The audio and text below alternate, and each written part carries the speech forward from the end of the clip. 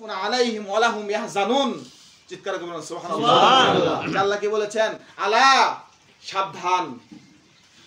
আল্লাহ কি সতর্ক করেছেন, সাবধান। আলা, আলার অর্থ হচ্ছে সাবধান। ইন্না, নিশ্চয়।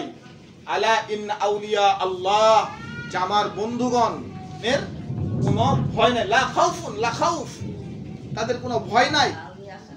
লা খাউফুন আলাইহিম ওয়া লাহুম ইয়াহজানুন, এবং তারা কোনো অবস্থাতেই চিন্তাযুক্ত এবং গমগিন্ন। চিৎকার করুন সুবহানাল্লাহ। এখন এটা তো জীবনভর পড়লাম, তাফসীর পড়লাম, হাদিস পড়লাম, তে এটার বাস্তব প্রমাণ কি? আল্লাহর ওলিগণ কি? আল্লাহর ওলিগণে কোনো ভয় নাই। সেই বাস্তবতার জীবনে, আমার জীবনে এতটুকু আমি বাস্তব প্রমাণ পেয়েছি যে আমার খাজা বাবা মুর্শিদুল বাবাজানের মাধ্যমে যে আল্লাহর পবিত্র কোরআনের বাণী আর ওলি আল্লাহর পবিত্র জবানের কথা এক জোরে জোরে বলেন সুবহানাল্লাহ।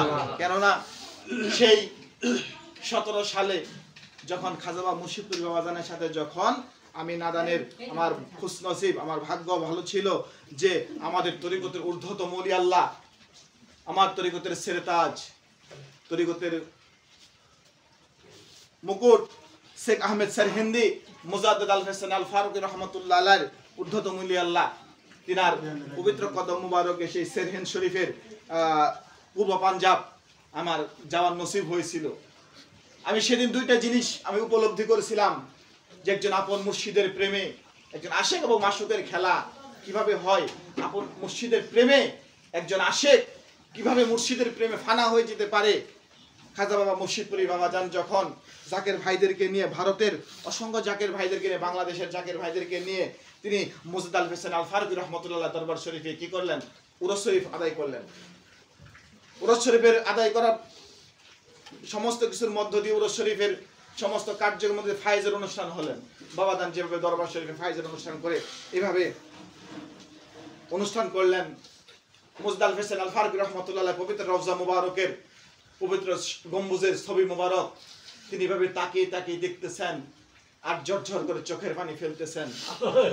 জাপন মাসুকের মুর্শিদের প্রেমে আশেক কিভাবে ফানা হয়ে যা, এইভাবে তিনি অসংখ্য জাকেরদেরকে নিয়ে ফাইজের অনুষ্ঠান করে মুজাদ্দিদ আল হোসেন রহমতুল্লাহর পবিত্র রওজা মুবারক জিয়ারতের মাধ্যমেই সে হয়ে গেল। মিয়া ভাইরা আমার, সেদিন আমি বুঝেছি যে আল্লাহর ওলিগণের পবিত্র জবানের কথা, পবিত্র কোরআনের আল্লাহর ভাষা অনুযায়ী কিভাবে সত্যতা হয়েছে। মিয়া ভাইরা আমার, সেই ফায়েজের অনুষ্ঠান যখন শুরু হইল, ফায়েজের মধ্য দিয়ে আমাদের এই জামালপুরের একজন জাকের ভাই ছিলেন, তিনি কি হলেন? সেই ফায়েজের অবস্থানে তিনি মজ্জুব হয়ে গেলেন। তার কি হয়ে গেল? তিনি তার ভারসাম্য হারিয়ে ফেললেন। মসজিদে হুজুরের পবিত্র রওজা মুবারক থেকে তিনি হারিয়ে গেলেন। তার পাসপোর্ট, তার ভিসা, সমস্ত কিছুই ঘরের মধ্যে। এমন সময় ভারতের আইন অনুপাতে তো কারো যদি পাসপোর্ট ভিসা না থাকে তাহলে তার অবশ্যই বিপদ আছে। তেমন সময় আমরা আমাদের মতো করে চলে আসবো মুজাদ্দিদ আল হোসেন রহমতুল্লাহ আলাইহির মুর্শিদ খাজা বাকিবিল্লাহ রহমতুল্লাহ আলাইহি, যে খাজা বাকিবিল্লাহ রহমতুল্লাহ আলাইহি আমরা ইতিহাসে জানছি নিজের জানাজা নিজেই পড়ছে। এমন একজন ওলি আল্লাহ ছিলেন। বাবাজান মুর্শিদপুরি বাবাজান পবিত্র জোহর নামাজ সেখানে আদায় করবেন। আদায় করার পরে ওখানে যাওয়ার জন্য আমরা পাঞ্জাব রেল স্টেশনে আমরা বাবাজান সহ জাকের ভাইরা একত্র হয়েছি। তো তার মধ্যে একসাথে আমরা গেছি। আমাদের একজন মুরব্বী জাকের ভাই ছিল, তারা মিয়াজি, উনি দুনিয়ার জমিন থেকে আজকে বিদায় হয়ে গেছে। আজকে তার কথা মনে পড়ে আল্লাহ তাআলা তাকে জান্নাতুল ফেরদাউস নসিব করে, সকল বলেন আমিন। সেই জাকের ভাই বলতেছে, আরেকজনকে বলতেছে যে ভাই, আমাদের একসাথে আমরা আসলাম, আমাদের এক জাকের ভাই আমাদের মধ্য থেকে হারাই গেল গা, তাহলে আমরা একটু বাবাজানদের কাছে গিয়ে শরীয়ত আমরা একটু আর্জি দেই, একটু বলি যে বাবা আমাদের সাথে একজন জাকের ভাই আসছে, এ তো খুঁজে পাইতেছি না। তো খাজা মুর্শিদুল বাবাজান যখন পাঞ্জাব রেল স্টেশনে একবার এদিকে যাইতেছেন, আরেকদিকে যেতে গাড়ির অপেক্ষায় আছি আমরা, তেমন সময় জাকের ভাই যে গেছেন বললেন যে বাবা আমাদের একসাথে আমরা আসছি, আমাদের এক জাকের ভাই তো খুঁজে পাওয়া যাইতেছে না। তখন খাজা মুর্শিদুল বাবাজান তাকে ধমক দিলেন যে আপনি চুপ করেন, আমি কোনো ভয় পাই না, আমি আল্লাহ রাসূলের মিশন নিয়ে আসছি, আমি সত্য মিশন নিয়ে আসছি, আমি কোনো ভয় পাই না। শুনলাম যে ভয় পাই না, আমি ভয় পাই না, আমি আল্লাহ রাসূলের মিশন নিয়ে আসছি। যাই হোক, এভাবে আমরা গাড়িতে উঠলাম, পাঞ্জাব থেকে চলে আসলাম দিল্লিতে, জোহর নামাজ পড়লাম, খাজা বাকিবিল্লাহ রহমতুল্লাহ আলাইহির মাজার শরীফ জিয়ারত করলাম। বিশাল ফায়েজ হইল, অসংখ্য জাকেরদের চোখের পানি দ্বারা সেই খাজা বাকিবিল্লাহ রহমতুল্লাহ আলাইহির রওজা মুবারকে আমরা আল্লাহ রাসূলের মহব্বতের ফায়েজ পাইলাম। মানে অসংখ্য ফায়েজ, যে ফায়েজকে মানে না দেখলে বুঝতে পারবেন না। শেষ করার পরে আসরের নামাজের সময় হলো, আমরা যার যার অবস্থানে চলে গেলাম। হঠাৎ করে নিজামুদ্দিন স্ট্রিটে সমস্ত জাকের ভাইদেরকে নিজামুদ্দিন স্ট্রিটে আমরা যার যার অবস্থানে থাকলাম। মাগরিবের নামাজের পরে, আশার নামাজের পরে আমরা পাঁচজন মানুষ আমাদের ভিতরে কেমন যেন একটা চলে আসলো, আমরা থাকবো না, বাবা জান এখানে আছে, আমরা বাংলাদেশে জামগা, সফর শেষ, মোটামুটি আমরা চলে যাব। বাবা জানের কাছে গিয়ে সেজন করা হলো। বাবা জান মুচকি হাসতে স্যার বলতেছে, আপনারা চলে যাবেন, ঠিক আছে রাঙ্গা তুমি এই করো, যাওয়ার ব্যবস্থা করে দাও। ভারতের এক জায়গায় রয়েছিলেন, বললেন যে আপনি ওনাদেরকে টিকিট কাটে সকালবেলা ভোরে গাড়িতে তুলে দেন। তো আমরা যখন ওখান থেকে চলে আসলাম, দিল্লি রেল স্টেশন থেকে আমরা উঠলাম, আমাদের সময় লাগলো 36 ঘন্টা। 36 ঘন্টা আমরা দিল্লি থেকে কলকাতা পর্যন্ত আসলাম। কলকাতা পরে আসার পরে সেদিন ছিল জুমার নামাজ, জুমার দিন। তো চিন্তা করলাম আগামীকাল শনিবার বাংলাদেশে যখন চলে যাব, তাহলে আমরা শফি ফতে আলী ওয়াইসি রহমতুল্লাহ আলাইহি, আমার তরিকতের ঊর্ধ্বতম ওলি আল্লাহ, রাসূল দেখার আয়না শফি ফতে আলী, ওনার পবিত্র মাজার শরীফে গিয়ে আমরা জুমার নামাজটা আদায় করি। আদায় করার পরে আমরা আগামীকাল তো চলে যাবো, যাই সবাই সম্মিলিতভাবে শফি ফতে আলী ওয়াইসি রহমতুল্লাহ আলাইহির মাজার শরীফে পবিত্র আমরা জুমার নামাজ আদায় করলাম।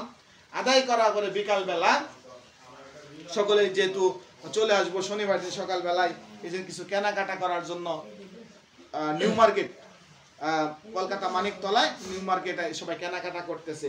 তেমন সময় সবাই কেনাকাটা করতেছে, আমার আর কিছু কেনাকাটা শেষ হয় নাই। এমন সময় বলছি, মিয়া ভাই আপনি একটু দাঁড়ান, আমি একটু ওই যে মার্কেটে গিয়ে সেরে একটু কিছু কিনে আনি। আমি একাই গেলাম, ওনারা দাঁড়ায় আছে, আমি একটা কিনে এসে দাইতেছি। এমন সময় আমাদের মাদারগঞ্জের মজিবুর মিয়াজি রাঙ্গা ভাই, বড় ভাই, উনি হাত দিয়ে ডাকতেছে, তাড়াতাড়ি এদিকে আসেন। আমি বললাম যে এইভাবে ডাকতেছে কেন? সরাসরি আসলাম। আসার পরে আমি ওখানে যাওয়ার পরে তখন মজিবুর ভাই বলতেছে, দেখেন ইনি কে? তখন আমার ভিতরে তো কম্পন সৃষ্টি হয়ে গেল। সেই 4500 কিলো দূরে পাঞ্জাব, আজকে গত প্রায় 3 দিন হয়ে গেল। 3 দিন আগে এই জাকের ভাইটা সেই পাঞ্জাবের মুজতালিফ হোসেন রহমতুল্লাহ দরবার শরীফে হারিয়ে যায়। আজকে 3 দিন হয়ে গেল, আজকে এখানে তাকে পাওয়া, এটা মানে কেমন আমি ফাইজ পাইতেছি।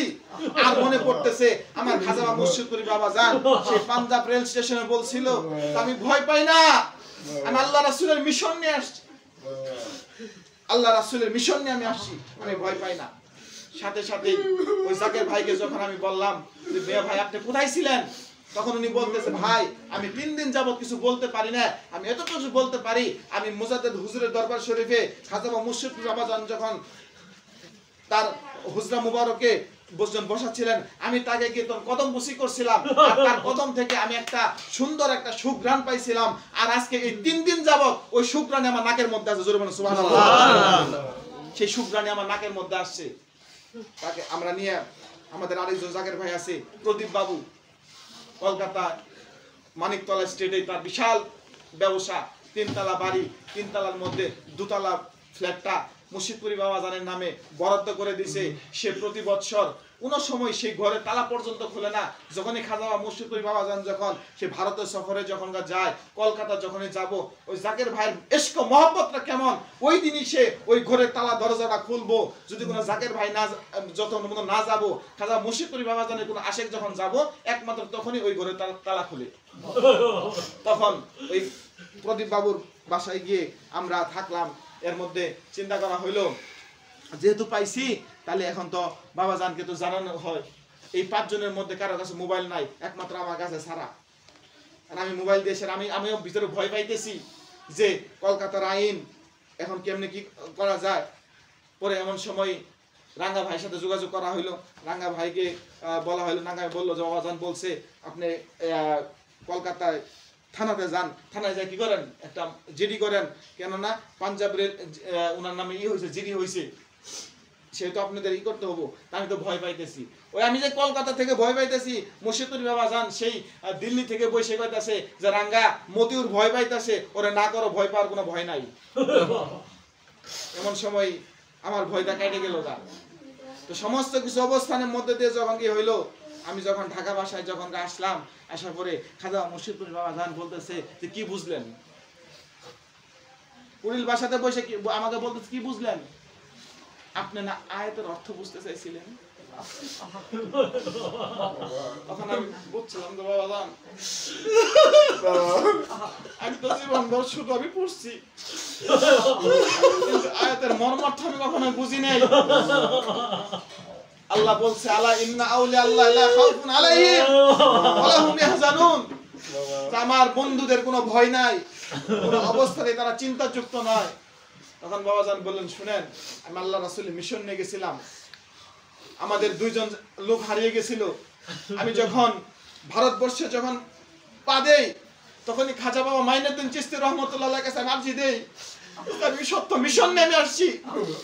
সেই সুন্নাতুল হিন্দ খাজা মাইনুদ্দিন চিশতি রহমতুল্লাহ আলাইহি, তিনি ভারতবর্ষ থেকে তিনি আমাদেরকে কি করে আমার জাকেরদেরকে তিনি প্রটোকল দিয়েছে, কেননা অন্য জায়গাতেও এই লোককে পাওয়া যাইতো, কিন্তু না, আমার তরিকতের ঊর্ধ্বতম একজন ওলি আল্লাহ সুফি ফতে আলী ওয়াইসি রহমতুল্লাহ আলাইহির দরবার শরীফে তার কদমে তার এরিয়ার মধ্যে আমার একজন মুরিদকে পাওয়া গেছে, এবং কি আরেকজন ভারতে থেকে আরেকজন লোক হারিয়ে গেছিল, তাকে সেই যাইতে যাইতে সেই খাজা মাইনুদ্দিন চিশতি রহমতুল্লাহ আজমির শরীফে তাকে খুঁজে পাওয়া গেছে। বাবাজান বলতেছে যে একজন সুফি ফতে আলী ওয়াইসি রহমতুল্লাহর কদমে মোবারকে পাওয়া গেছে, আরেকজনকে খাজা বাবা মাইনুদ্দিন চিশতি রহমতুল্লাহর কদমে পাওয়া গেছে।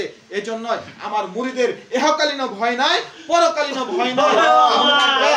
আমার কবরের মধ্যে যখন সমস্ত কিছু যখন বন্ধ